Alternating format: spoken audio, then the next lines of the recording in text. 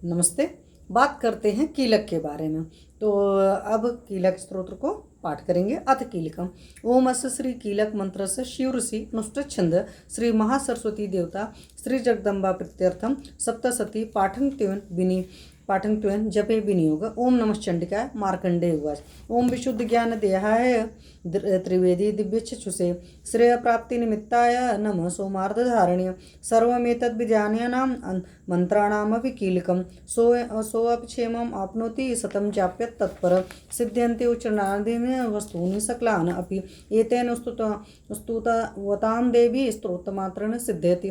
न मंत्रो न औषधं तत्र न किंचित् अपि विद्यते बिना जाप्येन सिद्ध्यत् सर्वमुच्चारणादिकं समग्रेण अपि सिद्ध्यन्ति लोकशङ्काम् इमामहर कृत्वा निमन्त्रणायामास सर्वम् एवम् इदं शुभं स्तोत्रम् व चण्डिकास्तु तच्च गुप्तं चकारस समाप्तिं च पुण्यस तां यथावन्नियन्त्रणां सोऽपक्षेमम् आपनोति सर्वम्य संशय कृष्णाम चतुर्थस्याम् अष्टम्यां समाहित ददाति प्रतिगृह्णाति नान्यत् ऐसा प्रसीदति इति यथं रूपेण कीलेन महादेवेन कीलितं यो निष्कीलां विधायनां नित्यं जपति संस्कृतं स सिद्ध सहगण सोऽपगन्धर्वो जायते नर न च पटस्तस्य भयं क्वापि जायते नाप मृत्यु वशं याति मृत्यो मोक्षं वाप्नुयात् ज्ञात्वा प्रारब्ध कुर्वित न कुर्वाणो विनश्यति ततो ज्ञात्वा सम्पन्नमिदं प्रारभ्यते बुधय सौभाग्यादि च यत्किंचित् दृश्यते ललनाजने ततः सर्वं तत्प्रसादेन तेन जाप्यमिदं शुभं शनैस्तु जप्ये माने अस्मिन् स्तोत्रे सम्पत्तिरुच्यते भवति एव समग्रापि ततः प्रारब्धम् एव तत् ऐश्वर्यं यत्प्रसादेन सौभाग्य आरोग्य संपदा शत्रुहानि परोमुच्य स्तुत्य सा न किं जन ओम इति दिव्या कीलकं स्तोत्रम संपूर्णम।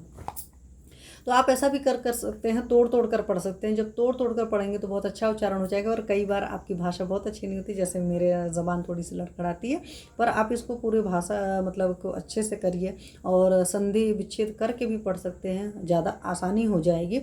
जो लोग नहीं पढ़ पाते हैं संस्कृत बिल्कुल भी, उनकी बात अलग है, वो लोग हिंदी में कर सकते हैं। लेकिन अगर आप संस्कृत पढ़ सकते हैं तो संस्कृत में करिएगा, बहुत अच्छा लगेगा आपको। और उससे एक बड़ी बात आपको हमेशा मैंने जैसा बताया है कि जब भी आप संस्कृत में मंत्र का उच्चारण करते हैं तो आपका टंग एक अलग तरीके से मूवमेंट होता है। इसलिए अगर आप डेली नहीं करते तो देखो आवाज़ लड़खड़ा जाती है या उच्चारण सही नहीं हो पाता।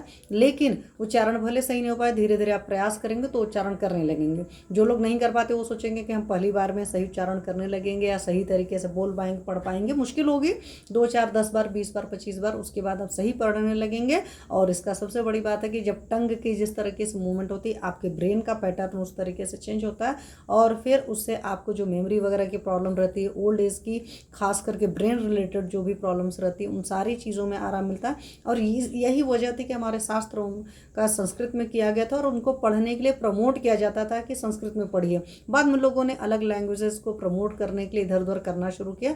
बट आपकी जो भी रीजनल लैंग्वेज है, जैसे मेरी हिंदी है, मेरी मदर टंग हिंदी है, आपकी जो भी रीजनल लैंग्वेज है आप उसमें करते ही हैं। लेकिन अगर पॉसिबल है तो पूजा पाठ के वक्त में, और वजह मैं नहीं करी, उसको संस्कृत में करिए, क्योंकि उससे आपकी ब्रेन की पावर डेवलप होगी, आपकी मेमोरी बहुत शार्प होगी, आपको सुकून बहुत मिलेगा। क्योंकि एक अलग टाइप का पाथवे उस टाइम फॉर्म होता है और वो जब कुछ आप लंबे टाइम तक करेंगे तब आपको पता चलेगा। तो प्लीज़ इसको करिएगा और अपना रिजल्ट मेरे साथ शेयर करिएगा। Thank you.